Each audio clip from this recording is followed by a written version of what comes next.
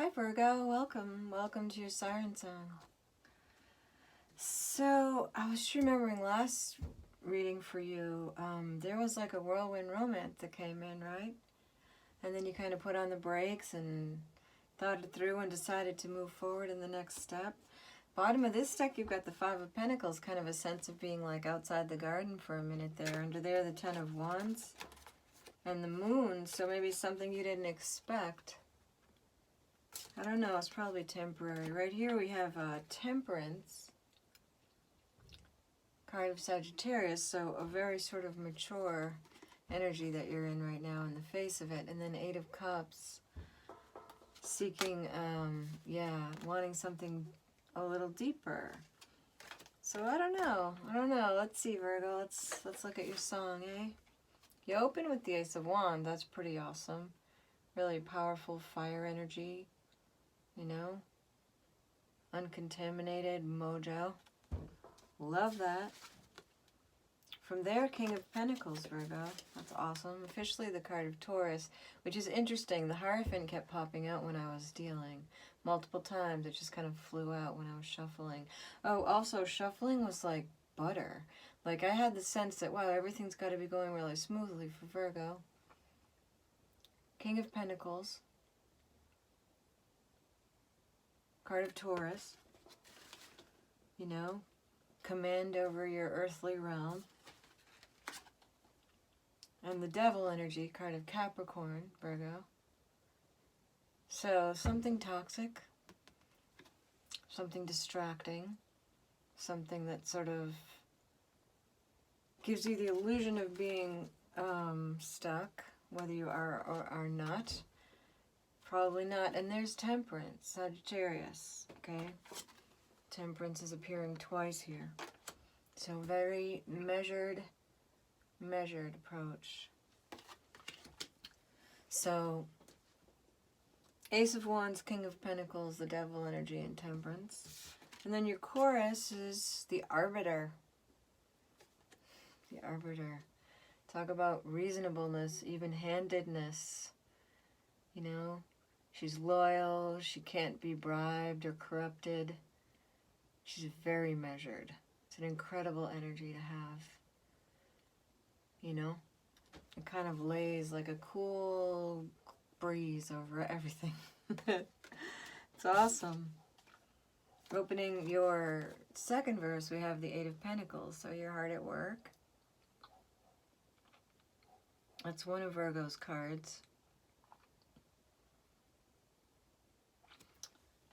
I'm not sure. It might be Mercury in Virgo. Don't quote me. I'll look it up before we get to Vimeo. And then the Nine of Pentacles. I know what that is. That's Venus in Virgo. Yeah. That's you being independent. So you're working really hard and steadily on something, and you're creating your own beautiful garden. Which is interesting because here, the Five of Pentacles at the bottom of the deck with the Ten of Wands, the Moon card, the Queen of Swords, and the Three of Wands. So it's, and then here's the Virgo card, right? So this is like the past, and there's a tower. So this is what leads up to it. This is what leads up to this moment of you being outside the garden. Might be a different garden because you're building your own garden here in the second verse. But there was a tower moment. You went into your own hermit energy in response to it, seeking your inner light. It's called the Alien in this deck because by the time it comes back, it seems like it's been in a foreign land because it brings back such new information. And, you know, you were like sort of waiting to see what was going to come next, you know, but you were being very discerning with that Queen of Swords energy, and something you couldn't figure out was there. And I remember you faced that in the third verse of last week's reading too, but you decided that you wouldn't worry too much, you would just take one step forward. But something became really burdensome for you. And you found yourself either feeling like or choosing to be outside of a garden a garden. And here you're in the second verse working really hard to build your own independent garden. Garden, typically the falconer in most decks, in the Rider-Waite deck. Here, yep, there's a falcon there. A falcon, a bat, a ghost. A whole myriad of cooperative beings. And from there we have the Ace of Swords. So you're intent upon clarity. You have the Ace of Wands, pure energy, pure fire, and you have the Ace of Swords now, pure clarity, pure intellect. And there's the Three of Swords. So there's some kind of disruption for you, Virgo. Some kind of heartbreak. And it seems like you're responding to it with, you know, temperance and even-handedness. Choosing to rebuild your own garden to get, you know, as much clarity as you can.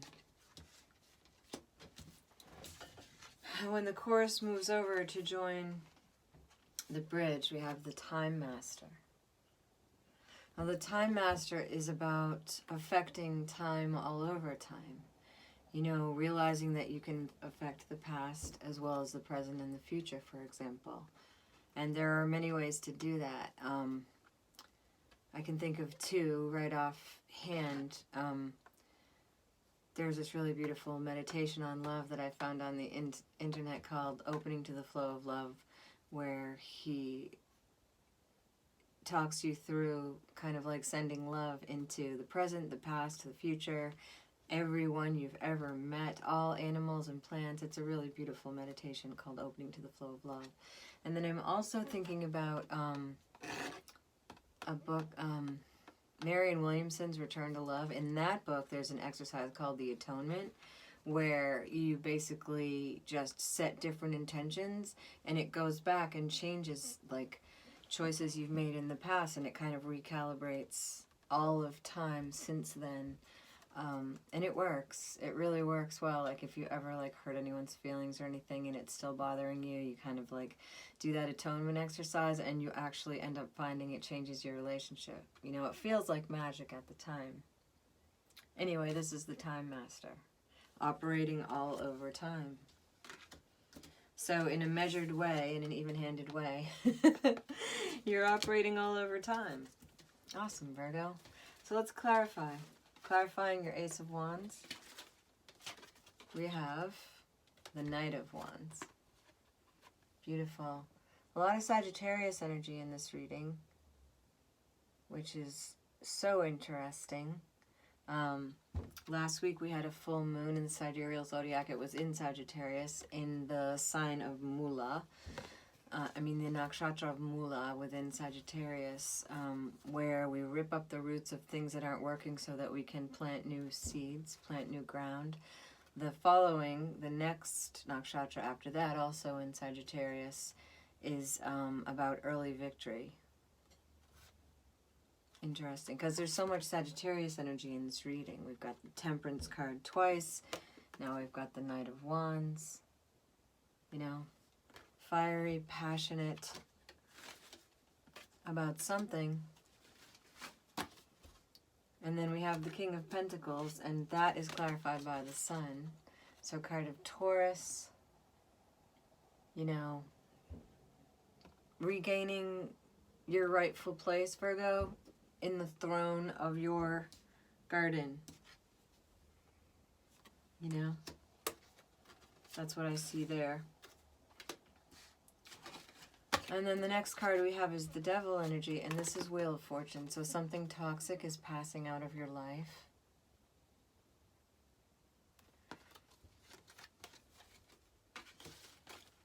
And then clarifying Temperance at the end of the first verse, we have the Ten of Swords. So yeah, so you're done. You're done and you're freeing yourself. You're freeing yourself in a very balanced way. You're just kind of allowing it to be behind you, even though it hurts. And you're kind of cleaning up your own act, really, too. Like, when I see the Time Master, I figure you're kind of, like, going back over the whole thing, and you're, you know, you're looking at your own behavior as well as the behavior of the other beings involved. And then we have the Arbiter, very even-handed, you know, loyal, trustworthy, can be trusted to be fair and mature, and to consider, you know, everyone involved. Yeah. And then from there we have the Eight of Pentacles, and it's clarified by the Four of Pentacles. So if you're responding to a situation that's been disappointing, you know, we do have the Three of Swords coming at the end of this verse. If you're responding to something that's been disappointing, where you've been kind of, you know, you were really burdened and you were left outside the garden, something to do with secrets. You had been quite discerning, you know. And if that's what's happening for you, you're really, really holding on to what, I mean, I have 4 planets in Virgo, so I think I can say this, like one of the greatest luxuries, one of the greatest fallbacks for Virgo energy as I experience it is work. Like just throwing myself into working on something. Like holding on to the right to work, to the right to prioritize work, to the luxury of work. Like when I think about like the one thing that would be hardest to lose, I think it would be the ability to work, right? The ability to set a goal and apply myself to it and reach that goal.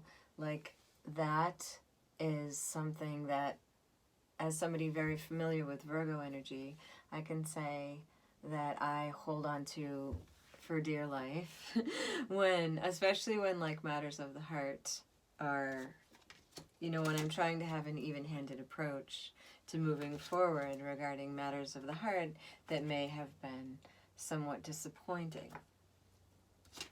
And that independence that I, you know, with Venus in Virgo, which I do have, Venus in Virgo, that independence, you know, basically gives me strength, gives me a command over my lower nature, you know, like, you know what I mean? It's just working hard on something of my own and making my own garden more beautiful is like a high nature response to a disappointment, as opposed to like some of the alternatives that I wouldn't even consider, like, you know, vengeance or spying or like whatever it is.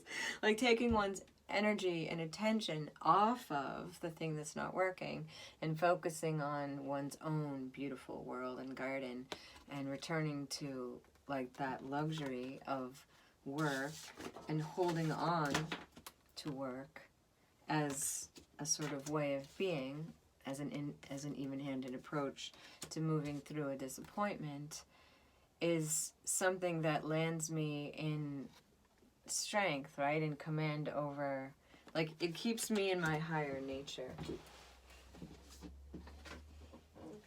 I actually dropped 2 cards. I dropped the Ace of Swords and I dropped the 3 of Swords and can't find it, which is a good thing. Maybe it'll be lost forever. Nope, it has resurfaced. Alright, Ace of Swords is clarified by the 3 of Pentacles. So, you're gaining clarity. You're gaining a great deal of clarity. And one of the things that you're really clear about is that you seek something very collaborative and cooperative. Of course you do. And the 3 of Swords is clarified by the King of Wands. So it's another card of Leo.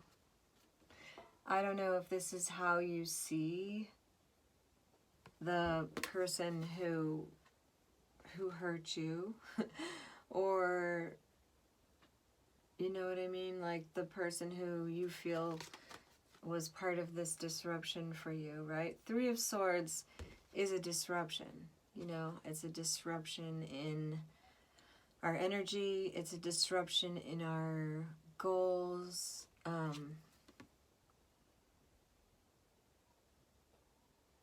You know, it's often associated with a broken heart. And there's this King of Wands, this Leo energy that's clarifying it. So, I don't know if this is how you see this person. Now, you won't always necessarily see them that way.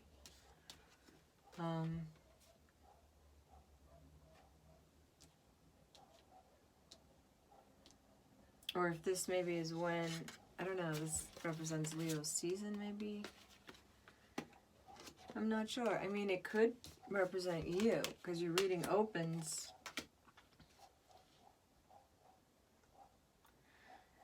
Or maybe your reading opens with the Ace of Wands and the Knight of Wands clarifying it.